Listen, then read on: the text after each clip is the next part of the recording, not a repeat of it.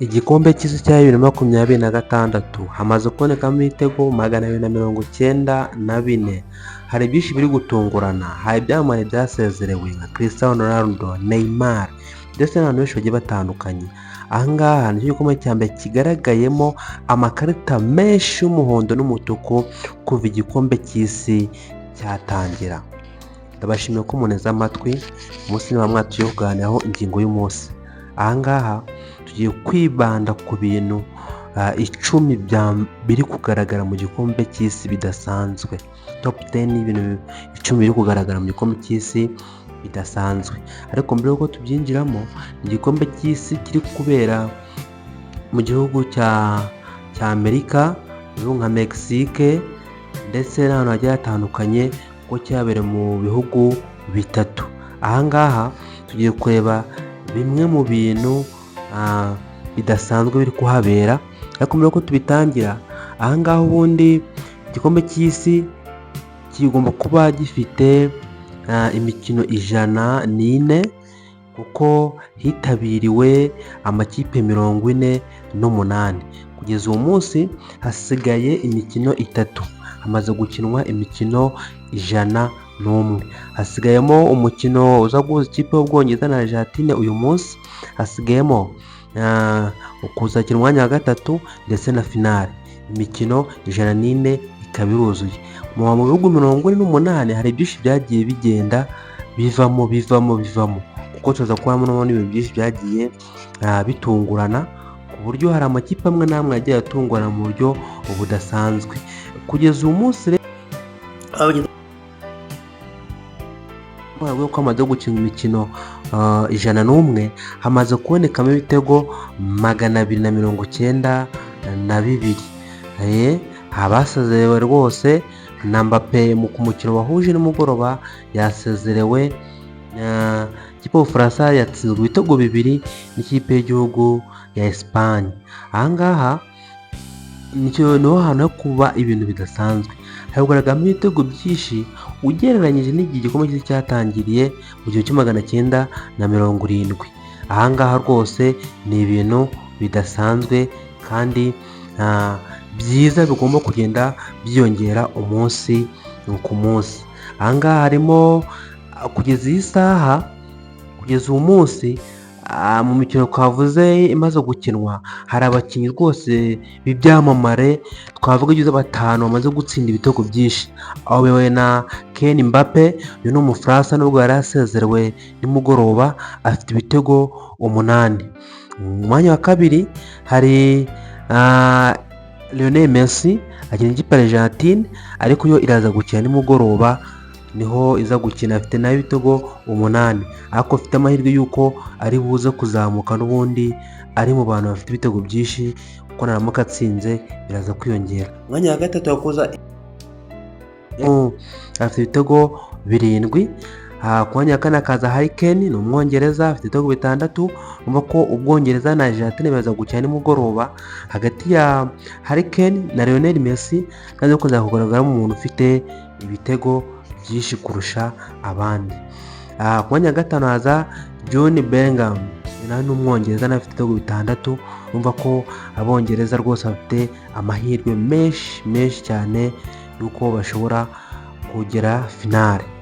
Ahangaha ikindi kidasanzwe kiri mu gikombe cy'isi, hagaragaye cyangwa se kugeza iyi saha mu mikino 101 imaze gukinwa, hagaragayemo amakipe yagiye abona amakarita menshi. Hari haba atukura, haba y'umuhondo, kuko turaza gusanga ko amaze kugaragara amakarita atukura 18. ariko urumva ko yo ni make cyane ugereranyije n'imikino bakinnye. Wumva imikino 101 hagaragamo amakarita 18 ntabwo bikabije cyane. Ikindi hamaze kugaragara amakarita y'umuhondo arenga 200. Wumva ko ni amakarita menshi cyane, nayo mu buryo budasanzwe. Aha amakipe yabonye amakarita menshi y'umuhondo ni ikipe y'Ubwongereza n'ikipe ya Switzerland. Ahangaha niyo makipe yabonye amakarita y'umuhondo menshi cyane rwose kurusha ayandi. Akandi gashya karimo ni uko ikipe y'igihugu ya Espagne yarayitsinze ikipe y'igihugu y'Abafaransa. Ikipe y'igihugu ya Espagne niyo kipe yatsinzwe ibitego bike, kuko ikipe y'igihugu ya Espagne yatsinzwe igitego kimwe kuva iki gikombe cy'isi cyatangira kugeza bageze finale. Ikipe y'igihugu ya Espagne niyo yatsinzwe igitego kimwe, aho niyo kipe yanditse amateka ku isi, kuko nta yindi kipe yari bwarangize. Ariko birashoboka ko agahigo kazakurwa kuri finale, nabyo birashoboka. Ikindi, hari amakipe yatsinzwe ibitego byinshi kurusha ayandi, bavuga ngo nka Tunisia na Iraq. Ahangaya yatsinzwe nibura ibitego 12. Urumva ko yatsinzwe ibitego byinshi cyane. Tunisia ni ikipe muri Afurika, yatsinzwe nayo iri mu makipe yatsinzwe ibitego byinshi. Ariko hari n'andi makipe nka Uzbekistan na Norway yatsinzwe ibitego 11. Urumva ko ni amakipe yagiye atsindwa rwose ibitego byinshi ugereranyije n'andi. Ikindi twamenya ni uko hari amakipe ya Afurika. Amakipe ya Afurika amenshi yavuye mu matsinda. Ahangaha rwose mu makipe 10 ya Afurika, amakipe 8 yazamutse rwose muri raundi ya 16, ariko amenshi niho yasezerewe, niho keretse ikipe ya Maroc n'ikipe ya Misiri byari 1/8 nayo agasezererwa, ariko agasezererwa mu buryo rwose budasobanutse, mu buryo rwose ku munota wa nyuma ariyo makipe yatsindwaga, ubona ko mu kimwe cya kane aba yarahageze. Kuko nk'ikipe ya Maroc yatsinzwe 1/8 mu buryo budasobanutse, nk'ikipe ya Djibouti cyangwa se Misiri yatsinzwe na Argentine mu buryo budasobanutse, ibitego 3-2. byanatumye umusifuzi yasifuriye Argentine na Misiri yahanwe kutazongera gusifura igikombe cy'isi guhera muri uyu mwaka wa 2026.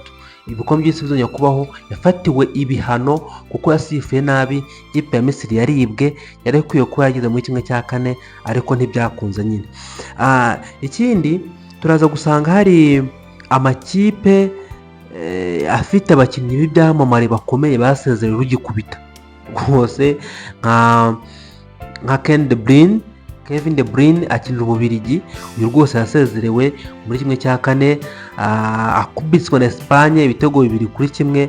Uyu rwose aba arasezerewe, aritahiye. Undi ni Cristiano Ronaldo akina Portugal. Uyu nayo yakubiswe 1/8, akubiswe na Espagne. Umva ko Espagne rwose yagiye ibibasira cyane, yabikuze igitego 1-0. Urumva ko rwose Cristiano Ronaldo byinshi byaravuzwe, bamuvuze ibintu byinshi, ntashoboye, arashaje. Iyo rwose ukumva ko Cristiano Ronaldo nawe umwe mu muntu ukomeye uzwi, umukinnyi cyamamare ku isi, yasezerewe, akunda kuvuga ngo CR7. Undi umukinnyi yasezerewe rugikubita cyangwa se ni Vinicius Junior cyangwa se Neymar, akina ikipe ya Brazil, yakubiswe 1/8. Rwose niho yatahiye rugikubita. Urumva ko nawe ni umwe mu cyamamare cyatashye hakiri kare. Undi ni Christian Pulisic, ukina ikipe y'igihugu ya Leta Zunze Ubumwe za Amerika, nawe yakubiswe rwose n'Ububiligi ibitego 4-1 muri 1/8. Urumva ko rero ni abakinnyi bagiye bakomeye ibyamamare bagiye batsindwa. Undi mukinnyi wari ukomeye cyane, uzwi cyane, yavuyemo muri raundi ya 36, wita Joshua Kimmich cyangwa se akina ikipe y'Ubudage. Uyu nawe yavuyemo rwose rugikubita. Undi ni Virgil van Dijk, yakina igihugu cy'Ubuholandi, nawe yakuvuye mu kimwe cya 32. Wumva ko ni amakipe afite abakinnyi bakomeye cyane, ariko bagiye basezererwa rwose mu buryo butumvikana, ariko ni ngombwa kuko bagomba gutaha. Undi muntu yasezerewe n'umuta Federico Valverde. Uyu akina ikipe ya Uruguay. Ahangaha batsinzwe mu matsinda rwose no baviriyemo, Uruguay niho yaviriyemo bayikubise nk'akana rwose, kuko ikipe ya Uruguay ni ikipe izwi ariko yarakubiswe rwose nk'akana iritahira. Reka rero turebe bimwe mu bintu byaranze igikombe cy'isi ariko bitari bisanzwe. Aha rwose ni ibintu bidasanzwe byabaye cyangwa se byatunguranye rwose muri icyo gikombe cy'isi, bitari bisanzwe, byabaye bwa mbere rwose ku gikombe cy'isi cyabaho. Uvuga ngo tugiye kureba ibintu 10 bitangaje biri kuba mu gikombe cy'isi mu mwaka wa 2026 cyangwa se FIFA World Cup 2026. Iki gikombe kiri kubera muri Amerika, muri Mexique no muri Canada.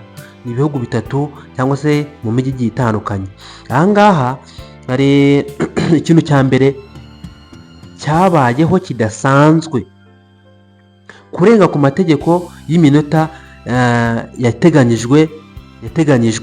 Ubundi ahangaha FIFA yafashe umwanzuro udasanzwe ko kugeza igihe cyangwa se igihe cy'ikiruhuko half time iminota 15, ariko yaza gusanga biri kuza kurenga kuko barimo barongeza iminota, ugasanga uyu minota 10 n'ingahe. Ni ikintu kidasanzwe mu gikombe cy'isi kiri kuba rwose, ni ikintu kidasanzwe kiri kuba, bari kongeza iminota myinshi ugereranyije. Nibyo hari kuzamo gufata break, ko n'ahantu hakonje hashyushye cyane, hari ubushyuhe budasanzwe, ariko ni ibintu bidasanzwe rwose biri kuba mu mateka, kuko hari gufatwa umwanya munini wo kongeza rwose iminota kandi bitari ngombwa. Ikindi kintu cya kabiri kiri kuba mu gikombe kidasanzwe ni uko hitabiriye ibihugu 48 bwa mbere mu mateka. Iki kintu kidasanzwe kiri kuba rwose mu gikombe cy'isi. Bivuga ngo iki ni cyo gikombe cy'isi cya mbere cyagezemo cyangwa se kirimo amakipe 48. Ubundi busanzwe yari amakipe 32, ariko byarahindutse, ubu ni amakipe 48. Niyo mpamvu twavuze ko rero byatumye habaho gukina imikino 104 kuva mu matsinda kugera finale. Urumva ko ni ikindi kintu kidasanzwe cyabayeho muri gikombe cy'isi. Ubundi mbere habaga ari imikino mike ugereranyije n'iyabaye, kuko aya makipe 32 biri no guhwihwiswa yuko igikombe gitaha, iki gikombe gitaha kigomba kwitabwa n'amakipe 64 ku isi. Urumva ko bihita bituma ko hari amakipe amwe n'amwe agenda, cyangwa se imigabane imwe n'imwe igenda yongererwa amakipe agomba kugera mu gikombe cy'isi bityo mu majonjora, kuko amakipe 68 ni menshi. Ikindi kidasanzwe kiri kubaho cya gatatu ni ibihugu bitatu byafatanyije kwakira iri rushanwa. Naho ni ibintu bidasanzwe. Ubundi habaga ari igihugu kimwe kikakira irushanwa ryose muri rusange, ariko hano habaye ko ari ibihugu bitatu nk'uko twabonye: Leta Zunze Ubumwe za Amerika, Mexique na Canada. Ibi ngibi rero biri gutuma hari kubaho gukinirwa mu mijyi 16 itandukanye iri muri bihugu ko ari bitatu. Umva ko igikombe cy'isi kiri kuba mu bihugu bitatu mu mijyi 16. Umva ko ni ikindi kintu kidasanzwe kandi gikomeye cyane. Ikindi kiri gutungura cyangwa se cyatunganye mu gikombe cy'isi ni Mexique. Yanditse amateka mu bihugu byasezerewe hakiri kare, kandi kino wasanga Mexique nicyo gihugu cya mbere cyakiriye rwose irushanwa ugereranyije n'ibindi bintu byagiye bibaho ku isi, kuko iyi Mexique icyakiriye inshuro 3 zitandukanye, mu 1970, mu 1986 n'ibihumbi 2026. Nicyo gihugu cya mbere ku isi cyanditse amateka cyakiriye igikombe cy'isi inshuro eshatu. urumva ko n'andi mateka yandi yanditswe bitari bisanzwe.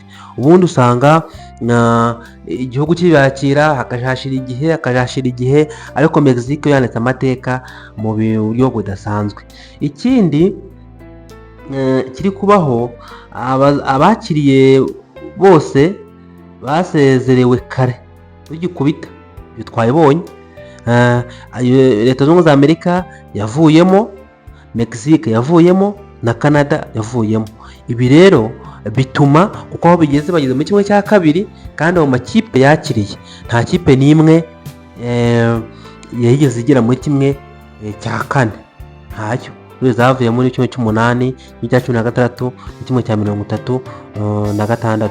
Umva ko rero ni ibintu rwose bidasanzwe, ni ibintu by'agashya biri kuba mu gikombe cy'isi. Ikindi, umuvuduko n'amateka bya Afurika ni ibintu biri gutungurana.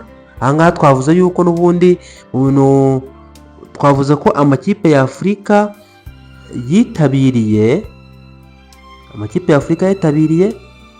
yose yarasezerewe kandi ntabwo byari bikwiye yuko amakipe asezererwa muri buriya buryo, kuko twabonye ko mu makipe rwose arimo Afurika yasezerewe rugikubita. Amakipe rwose aho kugeza ubu ngubu ibihugu 9 mu 10 byari byarasezerewe bya Afurika, ariko andi yaviriyemo muri kimwe cya 8. Rwose urumva ko nta kandi gashya, kuko yageraga muri kimwe cya 4 amakipe byibuze Afurika ikaba ihagarariwe. Uyu nguyu ikindi kintu cyabo kidasanzwe ni ukuka k'umutima Ubudage ndetse na Brazil. Aya makipe yasezerewe kare cyane. Ubundi twari tuzi ko Ubudage na Brazil bigera kure, rwose yagiye akurwamo mu buryo budasobanutse. Rwose amakipe nayo bidugutungurana, nayo ari mu makipe yatunguranye avamo hakiri kare. Urumva ko ni ibintu bidasanzwe biri kuba mu gikombe cy'isi. Ikindi kiri kuba mu gikombe cy'isi ni ibibazo bya politiki kuri Iran. Twarayibonye mbere yuko gitangira, kwa ko Iran ifitanye ibibazo n'igihugu cya Leta Zunze Ubumwe za Amerika. Ahangaha habayeho kutabona visa cyangwa se mu bijyanye n'imyitozo, kugira ngo kwa ko no kipe iri bukine igomba kuba ifite imyitozo yakoze aho yayikoreye. Ariko bitewe nuko Iran ifitanye ibibazo na Leta Zunze Ubumwe za Amerika, habayeho ikintu kidasanzwe, ikintu rwose kitari cyiza. Babasha kubanza kuyibuza gukina cyangwa se kujya gukora imyitozo. Bisa nkaho Iran ije ifite igihunga cyangwa se bitari byiza, byagaragaye nayo mu gikombe cy'isi. Umva ko ni ikintu kidasanzwe kindi cyabayeho, cyatumye Iran rwose isa nk'ihezwa gukora imyitozo. Ikindi kintu kidasanzwe ni ugusaba ubufasha bwa Donald Trump. Ubundi biragoye ko politiki ihura na football, biragoye pe, ni ibintu bigoye kandi bikomeye. Ariko ahangaha Donald Trump, kwa ko hari umukinnyi wa Leta Zunze Ubumwe za Amerika yahawe ikarita itukura, uwo bita Falarin Balogun. Uyu nguyu yahawe ikarita itukura, ariko Donald Trump asaba FIFA yuko ivanaho ikarita umukinnyi yahawe, kwa ko ni igihugu cye. Isaba FIFA rero ati rwose nashaka ko ibyemezo by'umusifuzi biteshwa agaciro kugira ngo uriya mukinnyi avanyweho ikarita. Rwose ikarita bayikuyeho, rwose ni ibintu byabayeho. Urumva ko ni ibintu bidasanzwe ko politiki na football bihura cyangwa se mu kibuga bihuriramo. Rwose ni ikintu kidasanzwe kandi cyagaragaye nabi rwose ko bibaho. Ikindi ni ukugabanuka k'abafana bitewe n'amategeko yashyizweho ya FIFA. Ahangaha kugira ngo abantu bahabwe viza yo kwinjira mu gihugu cya Amerika ni ibintu bidasanzwe, ko abantu benshi baturutse baturutse ku migabane igiye itandukanye kugira ngo binjire muri Leta Zunze Ubumwe za Amerika na Canada na Mexique. Ni ibintu byagoranye cyane kuko hari abafana benshi batigeze binjira cyangwa se bajya kureba igikombe cy'isi bitewe n'ibyo bintu bigiye bitandukanye. Urumva ko rero iki gikombe cy'isi cya 2026 cyabayemo udushya twinshi nk'uko tumaze kwibona nk'uko twabibonye. Ubwo nawe hari uko wabyumvise, hari uko wabibonye, gusezerwa kw'abakinnyi bakomeye, gusezerwa kw'ibihugu twari twiteze bikomeye bigasezerwa n'amakipe yoroshye. Ikindi kuba ibihugu bya Afurika byazamutse muri raundi ya 16 ari byinshi ariko ntibyarenga muri 1/8. Ni ibintu byabayeho bidasanzwe. Kuba leta yarinjiye muri football, ahangaha rwose kuba leta yarinjiye muri football ni ibintu rwose nabyo byabaye ikintu kidasanzwe rwose. Urumva ko ni ibintu rero byabaye bitari byiza. Kugeza ubu ngubu ikipe ya Argentine iri bukine uyu munsi rero iraza gukina uyu munsi 1/2 hagati y'Abongereza na Argentine.